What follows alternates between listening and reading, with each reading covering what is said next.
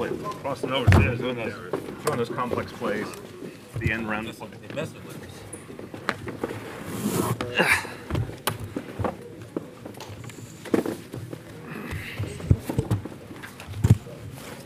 Oh, these chairs.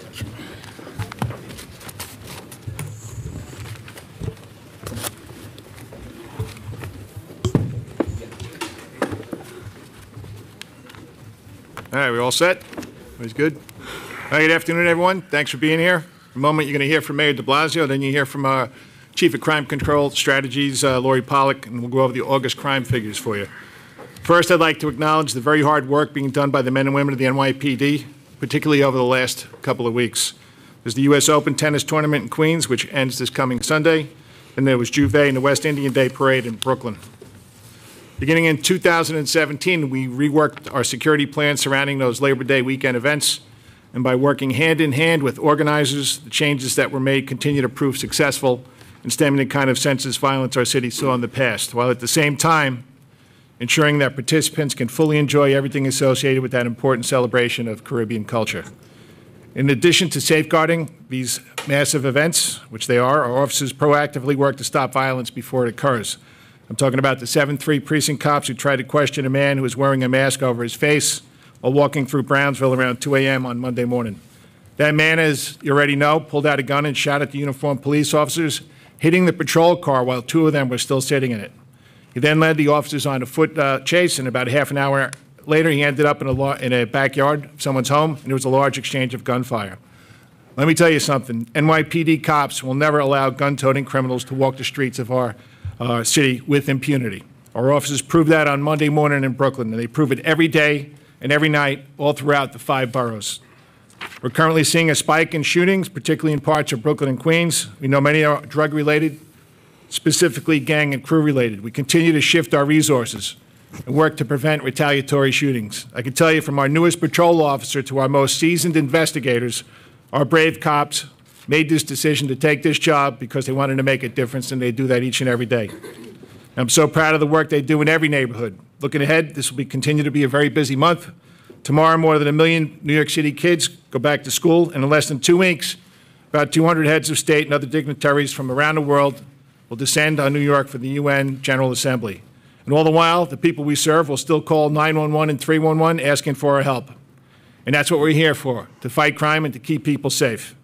It's a huge responsibility, for sure, but no one handles the assortment of large, organized events and traditional crime fighting coupled with the constant threat of terrorism better than the NYPD.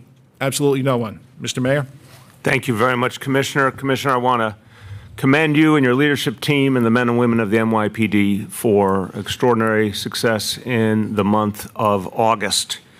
You'll hear from Chief Pollack in a moment, but in August, again, further progress driving down crime in New York City. Overall crime down 2.1%, August 2019 compared to August 2018. And the human impact, we always come back to this. What does that mean in real terms? Well, it's 188 fewer crimes, 188 fewer families afflicted by crime and living a better life because of the work of the men and women of the NYPD. This means people were kept safe. This means that the strategies that have been put in place continue to work, continue to grow, and continue to succeed. I want to thank all the leadership here, up front here and in the room for their great work. I want to thank for his support in the work we do and for his leadership, the chair of the Committee on Public Safety in the City Council, Donovan Richards. Thank you. And I want people to reflect on the last days in this city.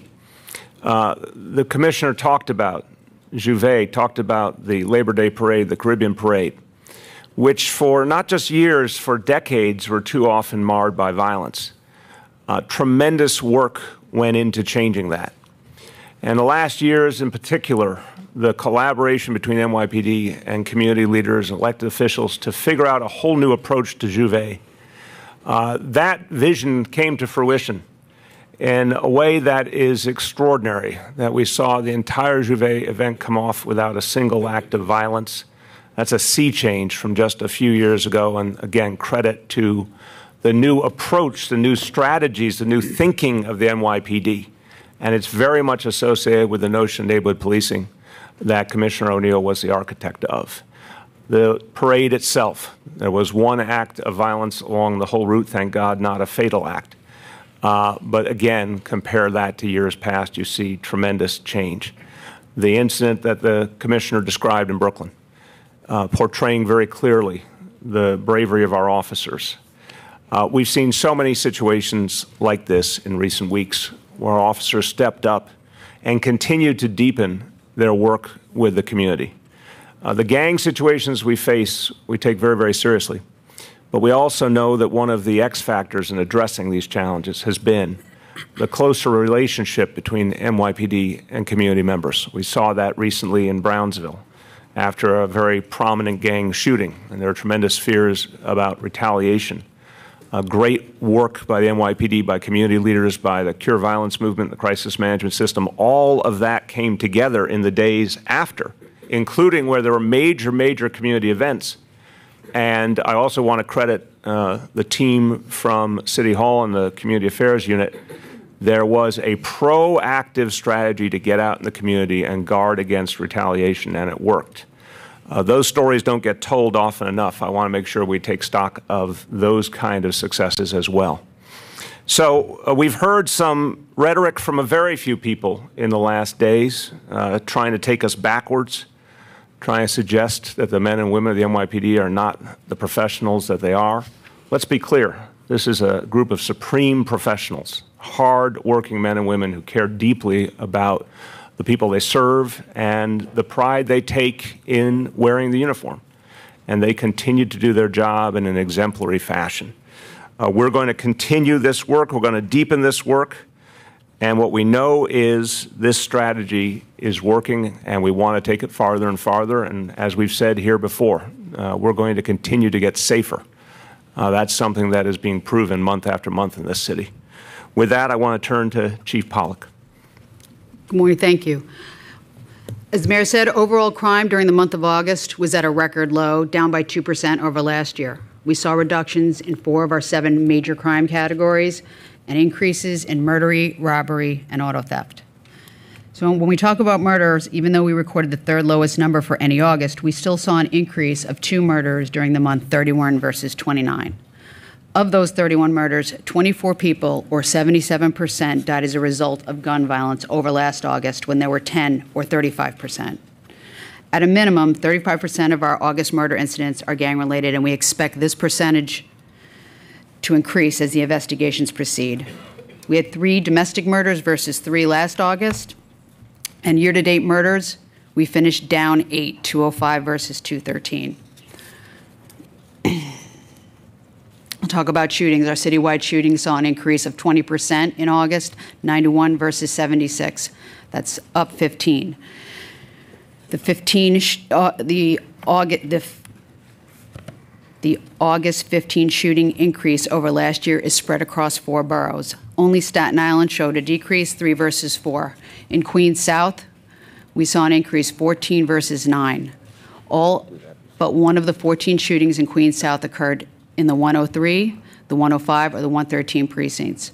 4 of the 9 shootings occurred in the 105 and the 113 and are directly connected to gang violence. Motives for the remaining 10 Queens South shootings are a combination of narcotics, gang, and 2 accidental shootings.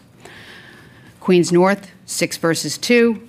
Brooklyn South, 11 versus 7. Manhattan South, 4 versus 1. The borough of the Bronx represented the biggest number of shootings. However, they had the same number of shootings as last year with 24, and the majority of those shootings this year involve narcotics or gang activity.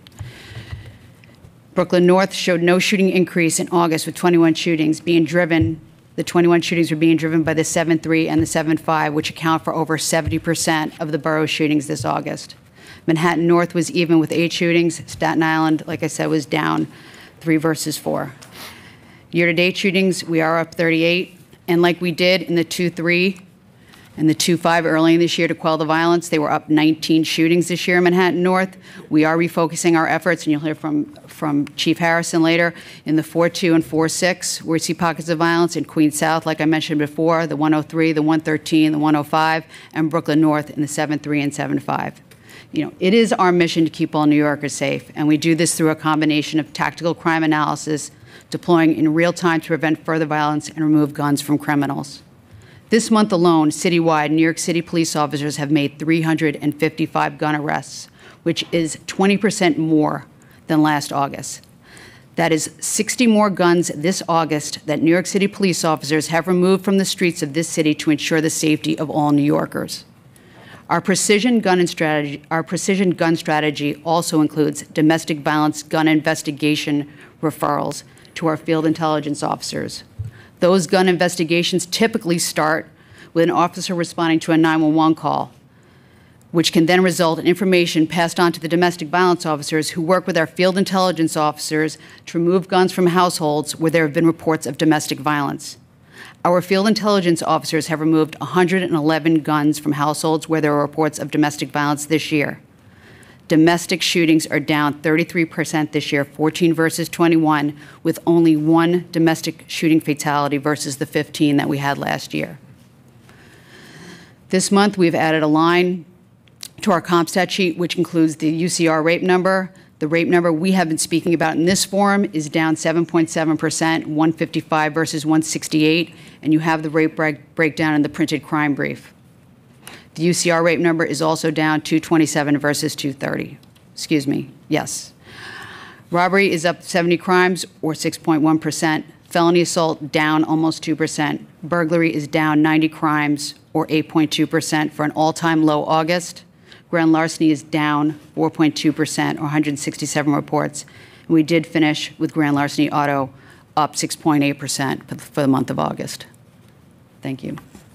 All right, any questions about the August crime stats? Let me just do the Spanish real quick. My apologies. I missed my Spanish pages real quick. Gracias al Departamento de la Policía, el nivel de crimen en la ciudad continuó cayendo. Nuestros policías toman el deber de protegernos muy seriamente. A pesar de la retórica, los policías están mostrando que continuarán haciendo todo lo que pueden para mantener a todos los neoyorquinos seguros. Thank you. Okay, any questions about the August crime stats? Ashley? This question is for Chief Pollack. You talked about the domestic violence gun referral program.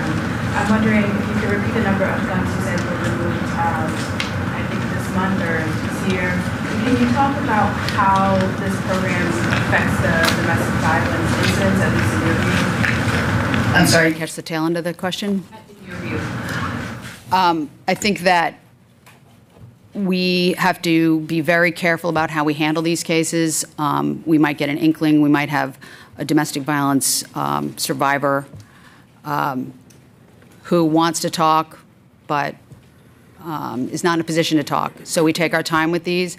And the sole goal is to remove the gun. The arrest is secondary, but removing the gun from the household is our sole, is not our sole, but is our main focus to keep everybody safe in that household. I think it's working very well. Field intelligence officers are doing an excellent job, as well as the patrol officers and domestic violence program under the chief of department. Can you repeat the number, and will you say whether these are some of these guns that are licensed? Well, they can be licensed, but in this case, they're not licensed. We're not talking about licensed guns. That's something different. 111 is the number for the year. Yep, okay. Juliet? Yes. Chief Pollack, can you explain the new way you're counting rapes, or does that include now sexual assaults? What's the new way of the analysis of it? Well, it's not a new way of counting it. This is how we've always reported it to the FBI, Uniform Crime Reports. It's a different, it's a larger definition. There's no gender involved. I could go into great detail, but it is, it's on, all the websites as to what the 10As are of those crimes. It's basically any penetration. Like I said, you could look it up on the internet. Does that include sexual assault now as well? Well, sexual assault is a very broad category. I mean, all sex crimes are basically sexual assaults. So, is that included in the rape numbers, or is that other distinct?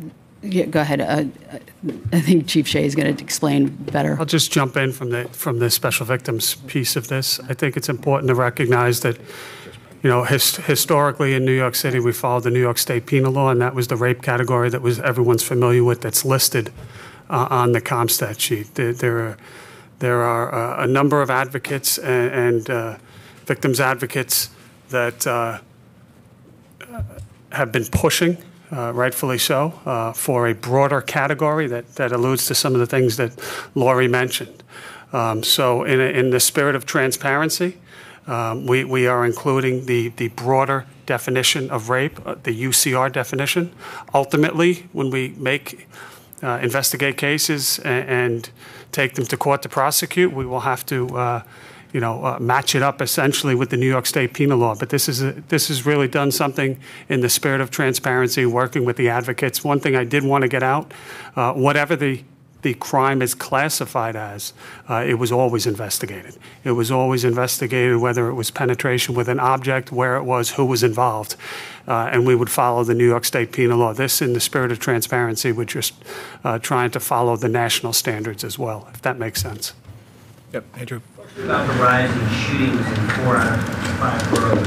I know that you ascribe most of those to gang activity and narcotics turf battles, but those are gunshots that New Yorkers hear. I wonder how concerned you are that the perception in neighborhoods, Manhattan North, Queens, etc., is that there's more shooting and that gives them a sense of fear and less safety. Yeah, that's why if you take a look at what happened in Manhattan North, Queens North, and Brooklyn North, prior to the month of August, we had a rise in shootings there, and we addressed it.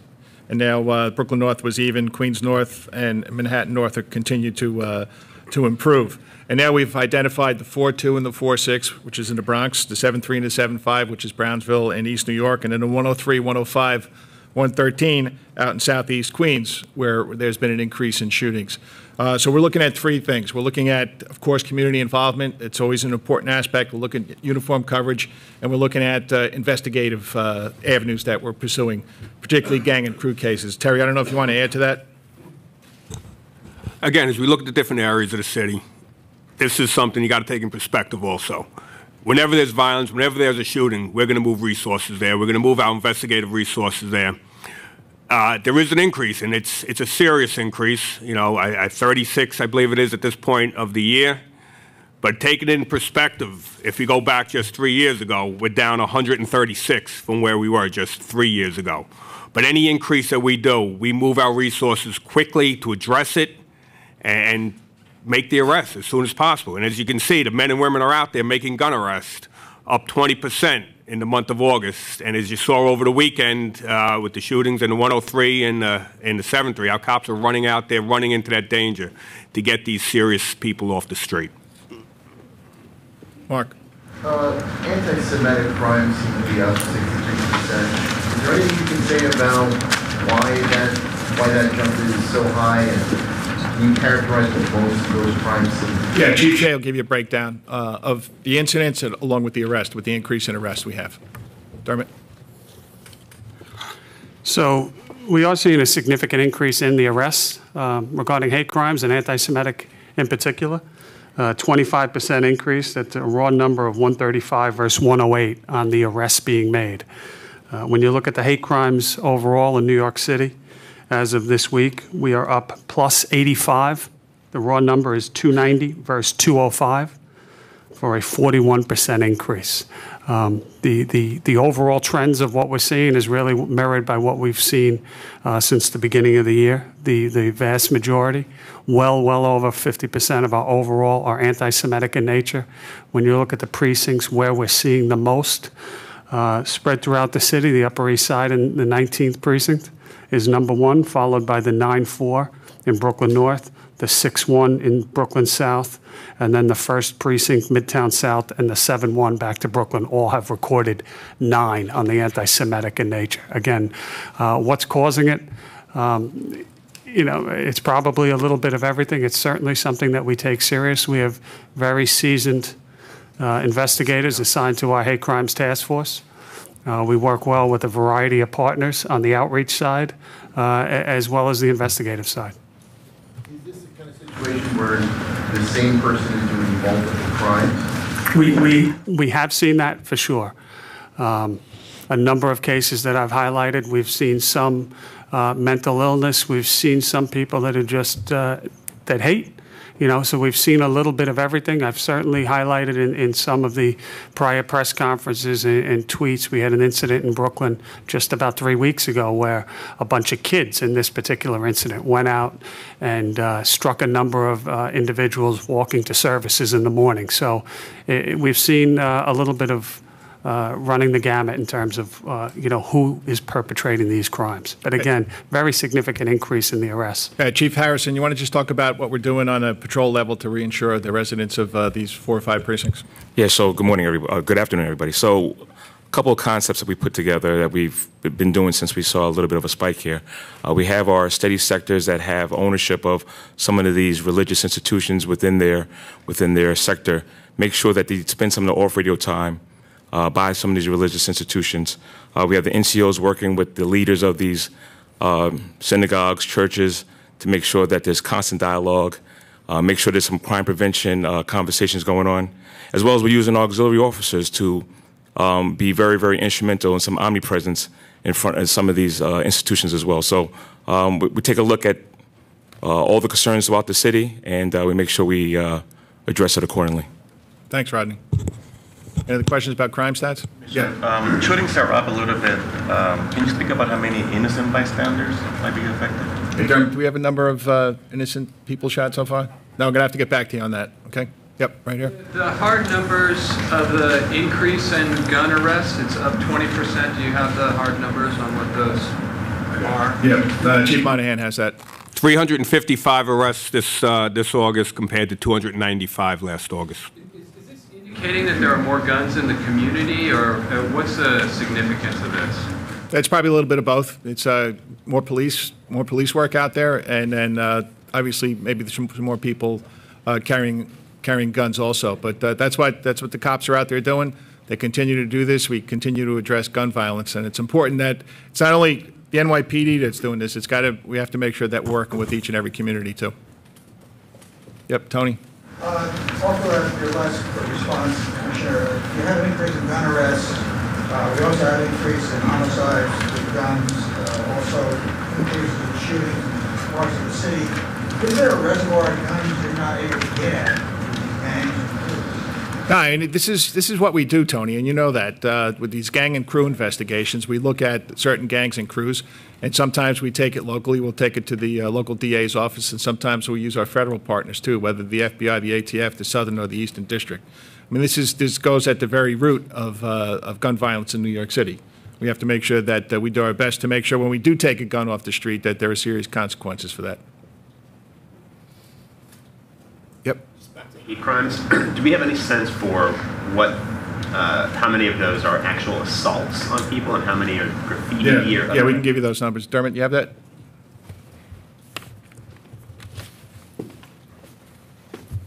I think it's probably easier if I just get back to you because you can slice and dice these numbers, but I can tell you in the broad picture, the vast majority do not involve personal action in assault. It's vandalism. The number one year over year is damage, criminal mischief, or swastikas, something of that nature. Tom. Regarding the uptick in shootings in Queens, particularly 103 and the 105, are you guys like focusing on one specific gang, or like is this gangs fighting other gangs, or how would you? Yeah, most of it is gang or crew-related violence, and we're working with the violence interrupters out there also, which they play an important part of this. They're very familiar with the people that we're dealing with too, and we have a good partnership out there. Yep. All right. Any other? Right there. When shootings up, you said that we reduce action forward. Witnesses coming forward, hearing possibly hearing recognition. You said when you're doing action people, and if you have successful. I'm not going to go into specific cases of people that have helped us, but this is how we continue to reduce violence. We work with communities. We have that outreach before the shooting occurs. We continue to build trust, and then we work with the DA's officers to make sure when the people do come forward that they are protected. And I'm not going to go into how we do that. And any police off topic?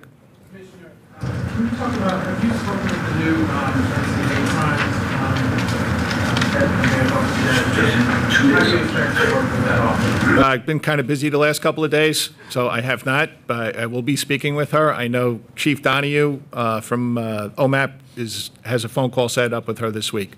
So I think it'll be a good partnership. In the back? City Councilman Deutsch wants to introduce a bill in the coming months that would make a hate crime one of the eight index crime, so that would cover things that aren't already covered under the 7 index crimes. Do you have a comment or any thoughts on that? I mean, they are hate crimes, so there is an increased penalty if you get arrested and convicted of a hate crime. So I'll talk to Councilman Deutsch about what he plans to do. John. Commissioner, following the water bucket attacks on cops, the shooting of police officers in 7-2 the other day, and yesterday, a mother and son were arrested outside a fire for kind of disobeying police. Is there a feeling that a bit of lawlessness where police officers are being disrespected in these incidents? John, this is the 20th time I've probably asked a former variation of this question. Everybody up here has been police officers for a long time. This is not a new thing. Right, this happens, and when it happens, there has to be consequences for it. And the police officers, we have to take action. I think it was a fire up in my old precinct up in the 4-4 that something happened where somebody took a body camera off to one of the police officers, and there was an arrest. So there's an immediate consequence there. As far as police officer-involved shootings, we are up this year from 17. We have 17 so far this year. These are adversarial shootings versus 10. This is something that we look at very closely. Look at the shooting on 7-3. That guy was going out to shoot somebody else. He was all masked up. He was carrying 2 guns on him. So, Not the police are people like targeting police more, in other words. Does it feel like the public's targeting police? Again, I'll state this clearly. We are here to protect victims. We are not victims. And if somebody wants to attack a police officer, there's going to be consequences for that. Yes?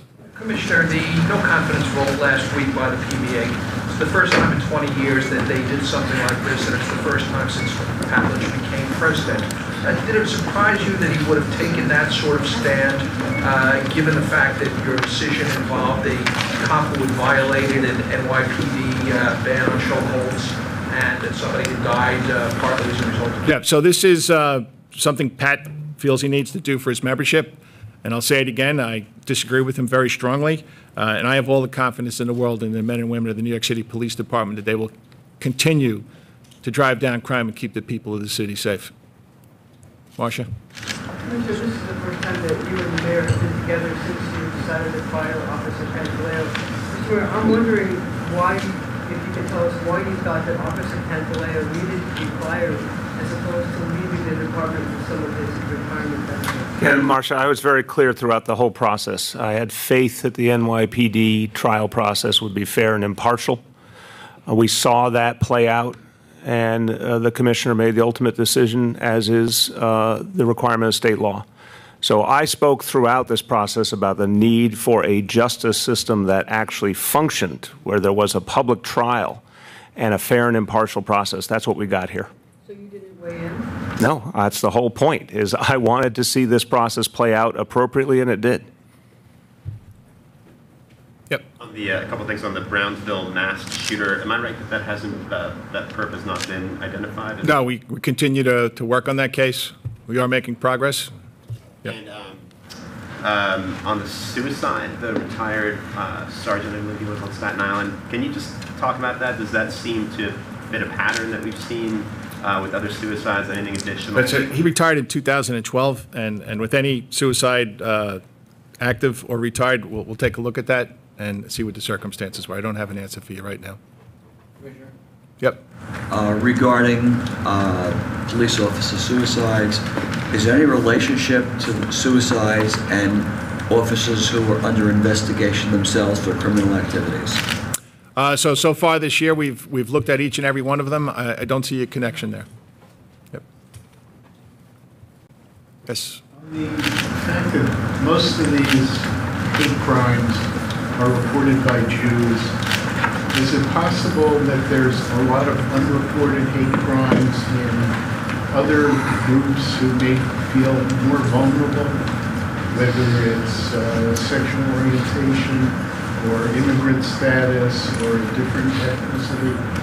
Or do you think that there really is a hardcore trend of hostility and anti-Semitism that's driving more of these crimes against Jews? So I can't sit here and speculate about how many crimes are unreported, but I'm sure there are crimes out there that are not reported. But that's what we have to do as a police department. We have to build trust with each and every community, whether it's the Jewish community, the Muslim community, Hispanic community. This is what we have to do. And that's when people feel that they can trust the police, they'll come forward and report these hate crimes, and to make sure that we can fully investigate them and make an arrest and make sure there's consequence for that action. So I can't say either way here. Anybody else? Yep. Hold on one second. Tony? This is the whole business we talked about, the centimeter project.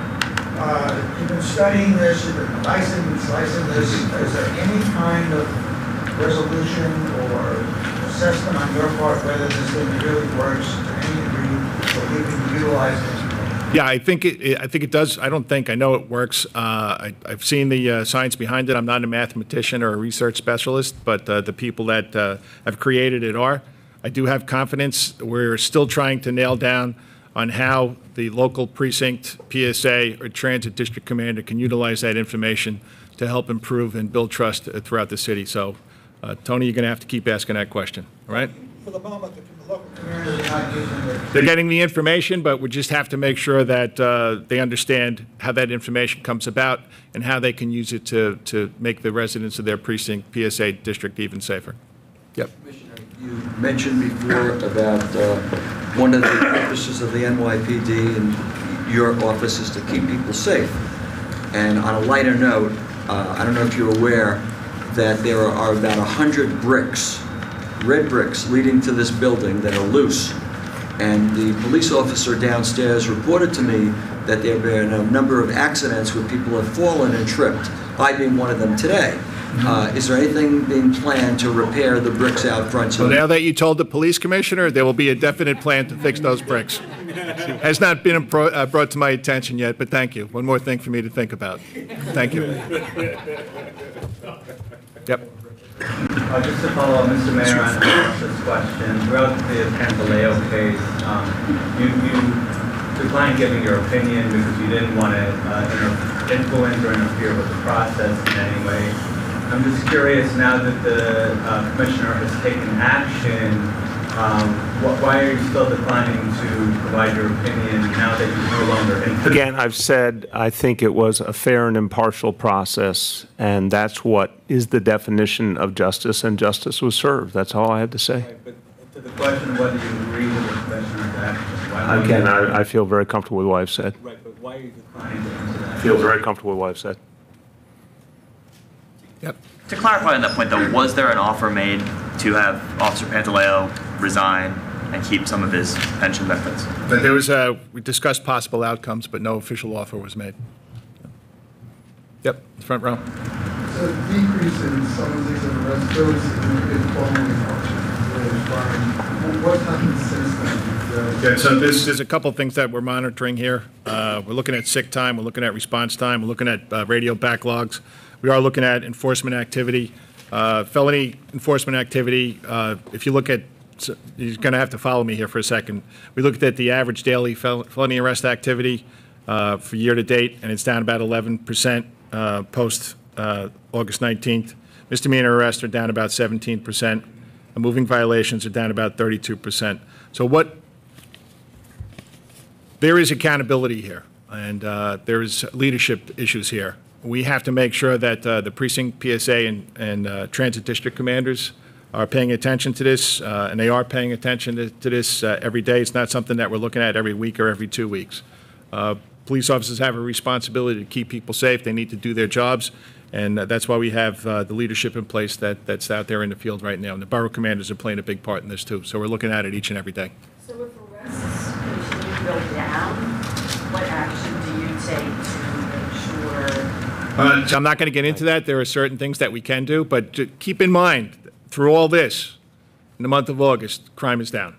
Okay? That's one thing you have to keep in mind. Mark? Have you met with union leaders in response to this possible slowdown? I know that happened a couple of years ago. Yeah. I haven't met with Patty since the decision. No, I have not. No, I have not. Yep. Second round. Update on the Brownsville mass shooting that occurred at the block party. Is there no arrest? Yeah, so I just answered that question over here to Bobby.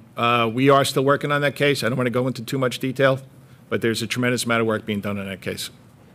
Yeah. Again, to the point of the lower arrest, how do you cut through the volume of the union leadership when they're saying one thing and you are saying another in terms of how officers should operate and protect the city? So again, this is a department that has been very efficient in bringing down crime, specifically over the last 5 years. Take a look at where we are. And that's our responsibility at the executive level, is to ensure that we continue to do that. And part of how we do that, and through all that, summonses and arrests have been going down systematically since 2014. And we're focusing our resources on the people involved in violence and crime. We also have to be responsive to quality of life complaints, too. So this is, my message is that cops take this job to make a difference and to keep people safe, and they do a great job of that. Patty's message, sometimes I'm not really sure I'm understanding it. Is he saying that we're not doing a good job? He needs to take a look at the facts then. Time for a couple more. Andrew. Not to belabor this, but your interpretation of the numbers on summonses and arrests since August 19th is that there's been some kind of slowdown. There's a reduction in the numbers. Yes, there are. I stated that fairly clearly. Slowdown or? Again, on a case by, we have to look at each precinct. We have to look at each PSA in each district and see what everybody's doing. Yeah, and I got to come back to crime is down, gun arrests up. Juve, which is a historic problem, was handled without a single incident. So our officers are keeping people safe, and they're acting like professionals. And if there's some sporadic issues, they'll be dealt with. But I really want to come back to the essence of why our officers chose to do this work and the way they go about it. They're going about it as professionals, getting the job done. Hold on one second. Right here. Hold on one second. Right here. First row. Approach misdemeanors aren't being ticketed, and they're sort of concerned that this might slow down or reduction in summonses and impact budget. So, Terry, correct me if I'm wrong here, but I think it's a marijuana arrest, which there's a big change in the law as of the 28th, and 511 arrests. Those are motor vehicle-related arrests. Correct. Yep. Yep. Yeah, just to finish this, no, I'm not concerned. Again, what I see is our officers doing their job. I see some sporadic issues that have to be addressed. As the commissioners made very clear, that will be addressed on a precinct basis, and we'll keep moving forward. Yep. Not to belabor another point, but on But you will. Yeah, but you will. Why do people say not to belabor and then they belabor? There's something wrong with that phrase. Okay. I think you should say to belabor another point. Okay. If there was a fair and impartial process that played out and he was not fired, would justice have been served? I don't deal with theoreticals. You all know that. This process worked. And I want to be straightforward. I've said it before. I don't think people are registering it. So let's have a little quick reflection on history. The world is very different than what we knew. It used to be that when there were these very difficult issues, it was the United States Department of Justice that went in, regardless of the political environment or a community or who were the local leaders, and cut through all that and figured out how to have a fair and impartial process. This time they were absolutely absent. The NYPD is the place where you saw an exemplary process, where there was a public trial and there was an objective decision and justice was done. And that speaks volumes about the NYPD moving forward. Every police department has handled its historical challenges in different ways. But the NYPD has done something historic here, really fundamentally moved to heal the relationship between police and community while driving down crime, while creating accountability. That's what you've seen happen over these last years. Ashley. Be specific about where you're seeing arrests fall and if there are any shared attributes among these commands. Are there certain precincts? Are they more active?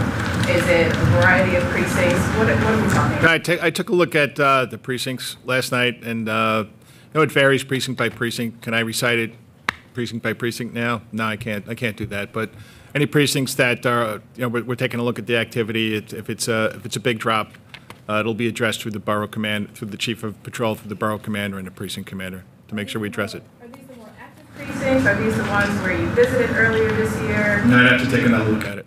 Yeah. In the back row. You said that it'll be addressed. Is there action that can be taken against an officer who is following the union's instructions in terms of holding back? Is it, going to be addressed verbally, or what exactly can be done towards this officer? We just have to make sure that people are doing their jobs, and that's how people get evaluated. If they're doing their jobs or not, and it's certainly not just driven by summonses or arrests. There are many other things that we look at, but as a uniformed member of the New York City Police Department, that's part of your job. If there's an address out there, if there's a condition out there, it needs to be addressed. If there's a crime that occurs, that needs to be addressed too. So we have expectations that our officers perform. Okay. Right? All right, thank you. All right, Thank you very much. switch over.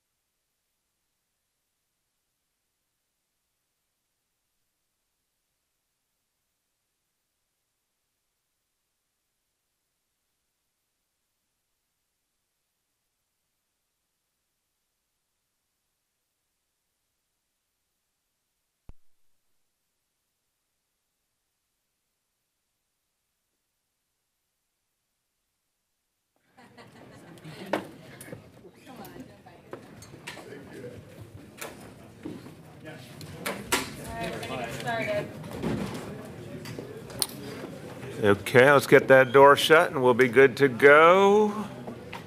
Hold on, Bobby. Hold on, Bobby. One more second. Stragglers.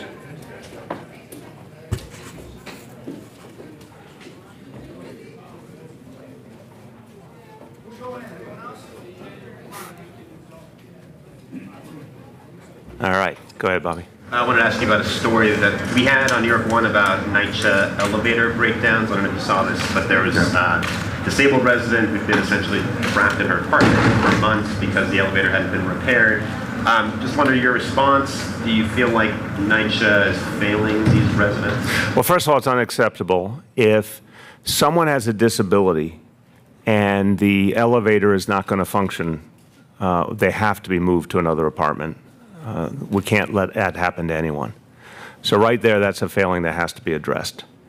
The big problems in NYCHA, including elevators, we're in the middle of a multi-year plan to address all of this.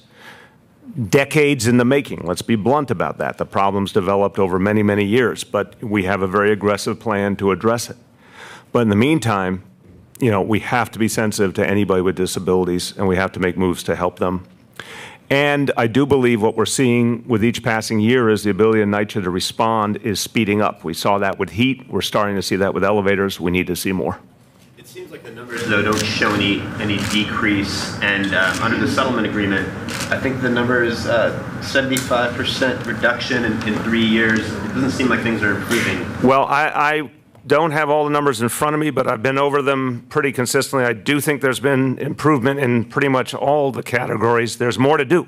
I mean, we're obviously, excuse me, we're very early on since we agreed to the settlement and we put out the NYCHA 2.0 plan. So you're going to see more and more with each passing month.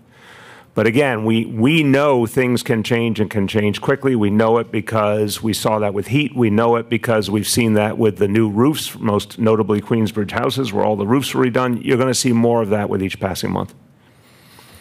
Okay, yes. Mr. Mayor, we did an analysis that found that you had 152 entries on your calendar in May. That's down from 194 the year before. And in New York Daily News had an editorial where they mentioned a 4.1-hour workday in May. I was wondering if you can address that. And in light of that, wondering why you chose to do a campaign interview yesterday instead of participate in the measles, ending the measles outbreak and the hate crimes. Yeah, the whole question, I think, misunderstands the reality of being mayor, and I've tried to articulate this before, and I'll try and articulate it again. This is a job that requires energy and attention every hour of every day, and that's what I do. There's countless phone calls, countless emails, checking in on all different leaders of different agencies and folks at City Hall. And that is why you continue to see a host of initiatives moving forward. It's the nature of the job as a CEO that you're responsible for making sure everything is moving, and everything is moving. That's just the reality. So I've tried to explain to people that that's what I do every day, constantly. It shows up in different ways on calendars. The calendars only tell you one piece of the story. And why not attend the prevention? Again, just decisions on schedule. You know, again, I think there's an interesting misunderstanding of the fact that when someone has an office and they run for another office, you're going to put time into your campaign while doing your current office. That's what I've been doing. You just make choices. Councilman Deutsch yesterday said it seems like you're distracted because of the presidential run, and sometimes perception, unfortunately, is reality. No, perception's never reality. Okay, well, then if it's not, I mean, it's just not. You can. People then who look at you and say you're not working. No, I would say they're wrong, and it's simply this. I get the power of perception in our society, but I refuse to accept that it is reality. What matters is the work getting done. Disagree with the councilman. With all due respect to him, he does not understand what it takes to run New York City. We are here at a press conference where crime has gone down. And how many times have you sat here, Dave, while we're talking about crime going down over the last 6 years? That's what I'm here to make sure happens. We undoubtedly have a different and better relationship between the NYPD and our communities. That was my pledge that we would achieve that. That's what we've done. We have more jobs than we've ever had in our history. I could go on. We had a great report a week or two ago about our test scores going up and proving the value of early childhood education. These are all the things I'm here to do. I'm not here to satisfy someone's perception desires. I'm here to serve the people in New York City and change their lives. That's what we're doing. Way back. You said there's a misunderstanding, so probably maybe you can take us through, what does a typical day look like? What are you doing when there's nothing on the calendar that, you know, would be listed in one of these? There's just no such thing as nothing. I think that's a very fair question, and I'll try my best to explain to you that. And I think if you ask people who run really big, complex things, they'd probably tell you the same thing. You have a certain amount of scheduled activity, and then you have an incessant amount of unscheduled activity. The first thing in the morning, I start seeing the emails come in with different issues, obviously things then brought up in the media, and often very importantly being brought up in the media that we need to focus on. And it begins a day-long dialogue, and it goes till late at night. So typically you're talking about something like 6 in the morning till 10 or 11 at night, and it doesn't matter where I am, and it's interwoven with everything. It just is nonstop. I'm looking at my BlackBerry all the time, and I'm on the phone all the time in response to what I'm seeing, the questions I'm asking people, the reports they're giving me, the follow-up on any number of issues. The schedule indicates when there's a formal meeting or call, it misses a huge percentage of everything that anyone in charge has to deal with. It's just incessant. There's no way, everyone here works hard. Everyone in this room works hard, I know. I wish I could put it into human terms for you what it's like that it is literally all the time. It never, ever, ever goes away. And that's the job that you choose to take when you're mayor. But it is being responsible for all of it all the time. And so, there was a very important example this morning. One of the papers had an article about, you know, this house with a lot of trash in the front yard. So I immediately contacted a group of commissioners and I said, what are we doing about this? And it started a back and forth with people. And I said, we need to figure out if there are legal concerns or we need the health department involved, figure out how to get it done. That happens dozens and dozens and dozens of times throughout every single day. And it, you know, it does not discriminate between weekdays, weekends, holidays, if I'm in the city, if I'm out of the city. It's the same thing all the time. Mayor? Yes? School's open tomorrow. Yes. New York City? Big day. Very big day. You're going to be visiting schools? Yes, indeed. You usually do? Always.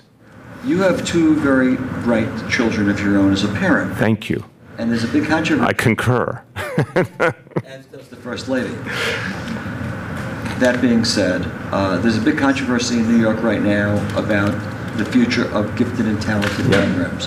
What is your personal and professional opinion about that, and what do you see it ending up? My view is, first of all, this is a very big, complicated discussion that we need to do systematically in this city and involve stakeholders from all over the city, starting with parents. And we'll do that in the course of this school year. So the commission, or the advisory group, I should say, came forward with their report. I'm going to meet with them at some point in the coming weeks to talk it through with them. But what I know is something as big and complicated as gifted and talented deserves a very, very careful, thoughtful process. I think the big question here is how to reach the thousands and thousands of gifted and talented kids that are in our schools, many of whom are not currently reached by gifted and talented programs. Like, what's the best way to create a system that actually reaches all kids who have special talents and abilities, which I think is a lot more kids than we recognize. And that's very much related to the equity and excellence vision, to make this approach more pervasive. But figuring out how to do that is something that's going to take a lot of work. Marcia. Mr. Mayor, to change topics, given the fact that there's been a lot of bicycle riders who live here, I wonder if you thought about requiring people who rent city bikes to wear helmets. I have thought about that, and that's something we're talking about inside the administration. There are different viewpoints on what would work and how much impact it would have, but I think it's a real valid issue, so it's something we're studying right now. Is it something that you think we should require? I mean, it just seems when you drive down the street, people, for whatever reason, don't always obey the bike lanes, don't always obey the lights, or going the right way on the one-way street, imperiling themselves. Yeah. And I just, you know, given the fact that we have a lot of tourists, we have a lot of other people, don't you think it would just be a basic safety issue, a vision zero safety issue to require helmets? I think it's like everything else in this place. We have to think about what's going to be safe for people first, but also what's going to work. And I think the big questions are, is it something we could actually enforce effectively? Would it encourage or discourage people from riding bikes? But I care first and foremost about safety, so we're having that discussion right now. I think it's a really valid issue. We got to figure it out. So which comes first, the safety or the fact that we discussed? No, I'm saying again, we have to look at everything, Marcia, including can we make a plan that works and is enforceable. But we're going to figure that out. Go ahead. Mr. Mayor, I spoke to several current and former NYCHA employees, most of them women, who described a toxic work environment cultivated by NYCHA General Manager Mr. Chulo. Sorry if I'm pronouncing that wrong. And among the things that he is said to have said was that he suggested once that he could call public housing tenants dirty if he was black, but as you know, he's white. And I wanted to see if you had any comment on that remark specifically, as well as some of the other allegations that I reported on last week, you know, the swearing, belittling female staffers. So let me separate the pieces. On the question of whether he has ever shown disrespect for the residents, I don't believe he ever has, and I don't believe that anyone saying that is speaking accurately. Again, I'm telling you my own belief. On the question of whether he has ever shown disrespect for the residents of NYCHA, I do not believe he ever has. I know him very well, and I've watched his interaction with residents and his commitment to them. So I'm just going to say very straightforward, I don't buy that one.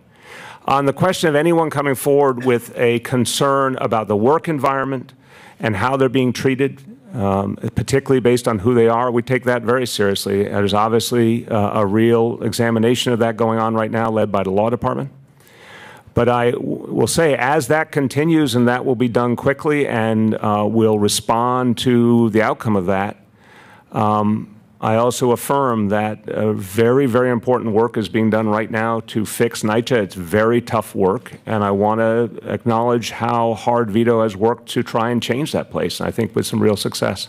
Just to follow up on that, do you think that it's appropriate for him to lie to you about what the authority can actually do? Several of the staffers I spoke to said that he specifically told you that you guys could x-ray 130,000 apartments in a certain number of years when he knew that that was not true. I don't believe he is someone who lacks integrity. I've only seen integrity from him. I don't know the specific instance you're referring to. I'd be happy to look at it. Again, I'm saying I don't know the specific words that were used that you're referring to. I believe his suggestion that we use the X-ray technology was the right one, and it is proceeding. Yeah.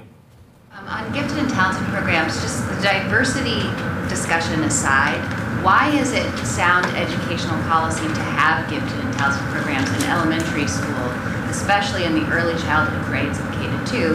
Because many people will say that it's not developmentally appropriate to track kids that young, and that the test at such a young age doesn't capture anything about a kid's learning needs. I think that's a real fair concern, and that's part of why we need to have a comprehensive process over the course of this school year. And when I say stakeholders, we're going, of course, as I said, starting with parents, but we're going to be talking to educators, we're going to be talking to experts in early child education and gifted and talented education. A lot of people in New York City care deeply to make sure that their kids, if they have special abilities, can really get the kind of education they need. That's only normal, human, what every parent cares about, to get the very best for their child. And at the same time, we have to ask the question, are we reaching all the kids we should be reaching? Are we reaching them the right way? Is there a different approach that could do it even better? That's all that we want to look at. But that includes the question of, when is it even appropriate to make that assessment? I think that's a very real issue. Yeah. Next week is the Democratic debates. Do you have any plans to go to the Oh, sure, I'll watch it. Yeah. Mr. Mayor, do you think you have a solution that could be implemented to the genes issue before the end of your term? And secondly, in terms of your schedule, are there certain instances where it's just you actually to be there, to be physically present, to deal with certain? Sure. So on the first point, we're going to take the school year to go through that process, which to me means that we'd be able to know, towards the end of the school year or that summer how we want to proceed. So certainly we would be in a position to take some actions while still here. On the second point, yes, obviously. There are some meetings that can only be held effectively in person. There are some situations where the only way you can fully understand how to address it is by seeing it yourself. We had the heat wave. It's an example of something where we had a number of meetings, we had a number of press conferences, and then on the days of it, I was out in communities.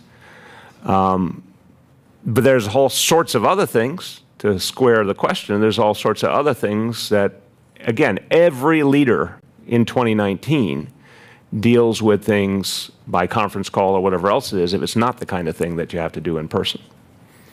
Way back. There isn't currently remote worker policy for CAS municipal workers, about 300,000 workers in the city. Given your successes, kind of working remotely and working wherever you are, is that something you would look into to grant the same opportunity for city workers across the city to kind of work from home on a day or two? Well, the role of mayor is unlike any other role. Let's be very honest.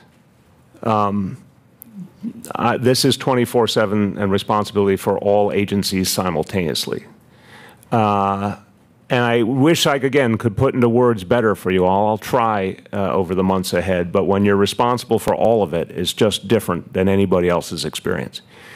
And but that said, I don't know what DCAS has thought about how to handle things going forward. I think it's a fair issue for them to assess if they haven't already. It's something we have to account for in the modern world, but obviously with a scale operation this big, it has to be done very, very carefully. Yeah. There were some flyers and emails circulated in the Orthodox community stating that encouraging people to give you campaign contributions and stating that they would get a vacate order lifted on the synagogue if that were to happen. There were also some allegations that these were forged, so it's a little confusing. But are you aware of these communications, and have you had any conversations about the status of this? No, I was not aware of the issue to begin with, let alone the allegations of who did what's flyer until I read the articles in the papers. And if someone did forge that, that's thoroughly disgusting and unacceptable. No, none of that ever came to my attention, and I would never make a decision on anything but the merits anyway. Yeah. Mayor, the last 5 years of Mike Bloomberg's mayoralty, gifted and talented programs were cut in Black and Latino neighborhoods from 60 back to 10. They claimed there weren't enough students who were qualified. It would seem like the advisory board that basically was picked by you is recommending something similar and going perhaps beyond that in terms of eliminating gifted and talented. Do you really see that as a viable possibility? So I don't blame anyone who says, well, you appointed a board, therefore you must agree with everything they say, except we already have evidence from the previous round with the same group. I agreed with them on a number of things. I disagreed with them on some issues as well on the first report. This is a much more expansive report and one where I'm reserving my judgment entirely until I've met with my team in real detail about it and met with the advisory group, and we've gone through a real stakeholder process. Again, we heard, to your point, we've heard a lot of concern in communities of color that they wanted more gifted and talented programs, and in fact, we've accommodated that. We've tried to respect that. But it doesn't answer the bigger question of where we need to go in the future. And what's the way to reach all the kids who really need that kind of support, and what's the way to do it fairly and equally? So I think what the report's really doing from my point of view is it's begging some bigger questions that now need very, very smart, careful consideration. That's what we're going to do. Rich. Mr. Mayor, how difficult is it to run for president and be mayor at the same time? Oh, it's definitely difficult. It's, you know, either one is difficult. Doing them both together is very difficult. But you know, I think the truth is the difference between year 1 or year 2 or year 3 versus year 6. You know, by year 6, thank God, a lot of learning has happened, certainly in my case. You know, some things you learn through, you know, trial by fire. But very, very different reality to have done it, you know, for 5.5 years previous. But yeah, each one, to say the least, is a huge amount of work. Has being mayor affected your national campaign in some way? Oh, of course. I mean, if there were many, many times where there was things, of course, I had to do here that if I was like so many other candidates, those who don't have a day job or do have a different kind of day job, you know, they're out campaigning all the time. But I understood that going in, that, you know, I'm a believer, and I've said it, and I really believe it, that the irony is our current political system basically encourages folks to run for president who don't have a substantial executive job at that moment. And that's kind of what things have done. That's the way things have evolved. That, you know, there's a period of time where it seemed the governors were sort of the ascendant group in campaigns for president. And I certainly think, and I have the bias of a chief executive, there's a lot to be said for choosing a chief executive to become the highest chief executive in the land, and just understanding the difficulty and the complexity of this job, and the presidency is many times over. It's really hard to think about how someone who's never been a chief executive can just take on that role and make sense of it. But I think the reality, the demands of schedule and the way that campaigns are starting earlier and earlier is really making it much easier for someone who is not a chief executive with a current job to run. And look, there's still a lot of good people out there, but it has created an interesting contradiction we all have to make sense of. Juliet. Yeah, so have you given yourself a deadline as to when you would decide I'm not doing this anymore? Well, from my point of view, I don't think the debates are the end-all be-all, and I've said that, and I think the polling really bears it out. The debates have actually, in the end, had relatively little impact on the polling, but they are kind of the main street of the dialogue. So obviously, I wanted to get into the September debates. That wasn't possible. I think the logical thing to say is, you know, I'm going to go and try and get into the October debates, and if I can, I think that's a good reason to keep going forward, and if I can't, I think it's really tough to conceive of continuing. So that's the way I'm looking at it right now. No, that's that deadline is October 1st. I was just going to follow up by asking, when Senator Gillibrand dropped out, do you have a human reaction like, all right, we could be in the ninth inning here for myself and for other candidates as well? How close did that move your decision? No, I think again, I don't want to overrate the debates. But I will, you know, I'm a human being. I have eyes to see. It's like they have been one of the most obvious measures. And so, of course, it was disappointing not to get into September, but, you know, I fully gathered that October was the same standards, but with a month more to achieve them. And I really believe what I've said to you guys before, that what we're dealing with is something we've never seen before. I mean, one of the most telling parts of this experience is to recognize that this political world is entirely different. It changed. It's been changing for years, including my own election in 2013, which was clearly breaking some of the mold. But 2016, the world changed in the way that we're just beginning to make sense of, in my opinion. And campaigning is entirely different. The structures are entirely different. Even things like, we didn't used to qualify for debates according to how many grassroots donors you have. This is literally the first time in history that's been the case. So everything is different. So for me, you know, working hard to build something up, and I'm proud of what I was able to get done in the first two debates, but not making September, of course that's disappointing. And so my view was there's still one good chance to do that. I'm going to see what I can do there and see if I can break through. But I do note that things move literally in a matter of days. I mean, we are seeing developments we can't even imagine, and then they amplify in a way they never used to. You've been around a while. I mean, I think we used to see things sort of take more time to consolidate. I said it the other day, and I mean it, people go from unheard of to totally famous in 72 hours in America now. So a candidate like me who's not that well known yet, you know, ask me in 72 hours, right? Something might change.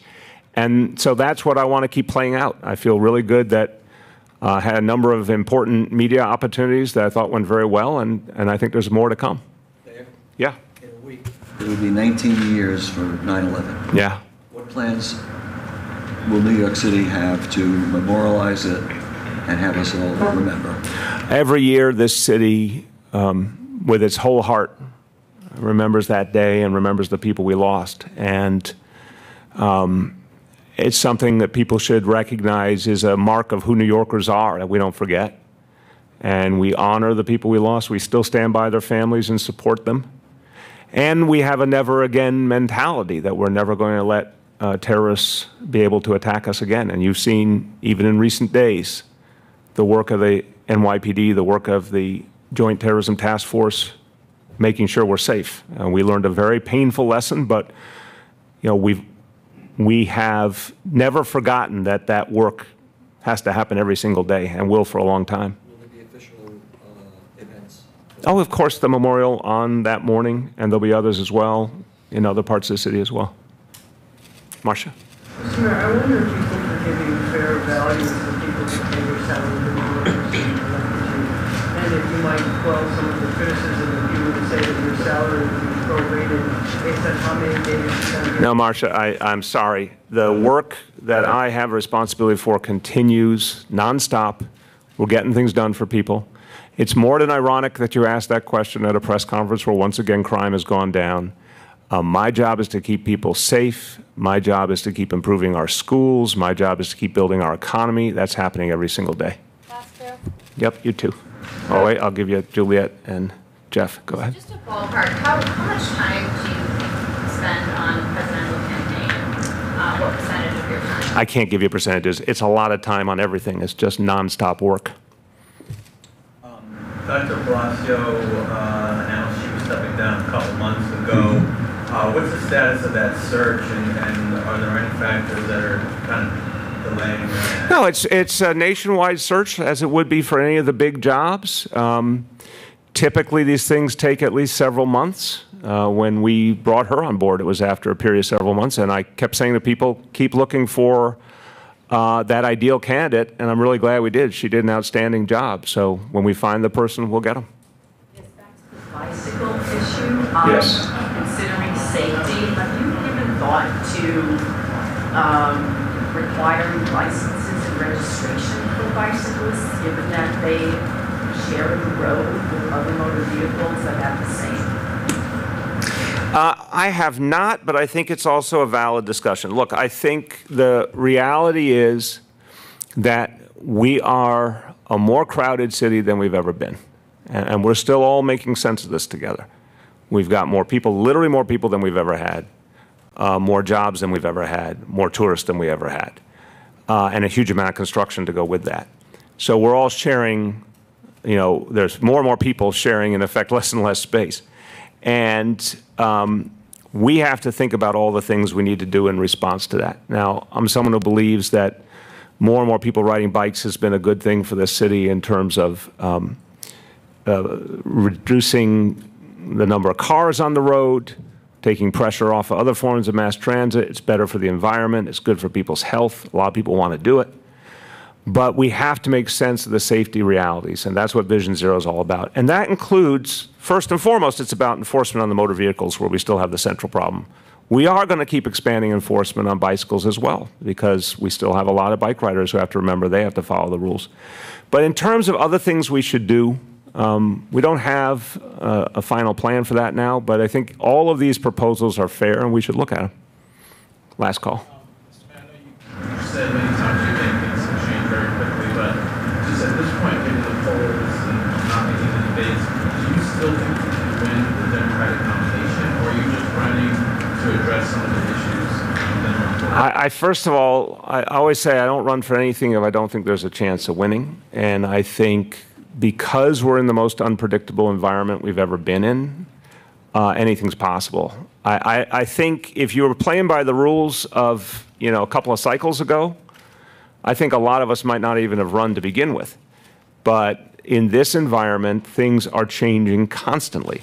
In fact, if you look at the polling, the front-runner dynamics have changed where we thought there was a pure front-runner, there really isn't anymore. So no, I think anything is still possible.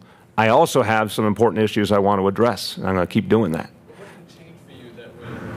It's literally, as we're seeing, a single moment. And sometimes it's planned and sometimes it's unplanned, can change the way people think about you. We're seeing that constantly.